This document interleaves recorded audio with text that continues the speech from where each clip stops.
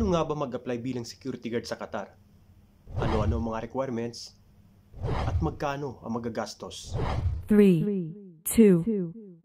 1, 0. Sa tanong na kung paano mag-apply bilang security guard sa Qatar, ay punta lang po kayo sa mga recruitment agencies, then mag-submit po kayo ng resume or CV.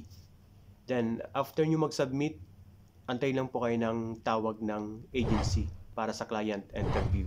Ano-ano ang mga requirements na dapat i-provide? So pag nakapasa na po kayo sa client interview, ang agency po i-recommend po kayo sa clinic para sa pre-med. After po ng pre-med, i-recommend naman kayo para sa QBC. Sa QBC po, medyo mahigpit po yung medical doon, kaya kailangan paghandaan po. So next, NBI clearance with apostille. After yung po makakuha ng NBI clearance, punta po kayo sa DFA para ipa-apostille po yung NBI clearance nyo. Next po ay high school diploma. Kung may mas mataas pa po, mas maganda.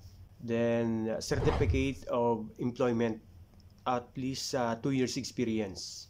Then pag malapit na po kayong umalis, pidos po. Magpipidos po kayo. Magkano po ang magagastos?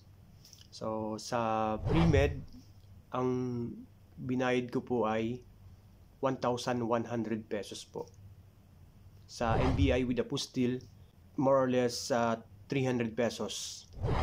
At yung QBC po namin at ang placement fee, wala po kaming binayaran.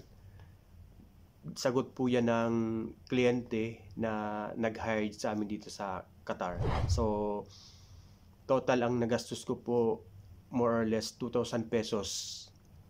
Lahat-lahat po. Salamat po. Sana po nakatulong po yung video nito.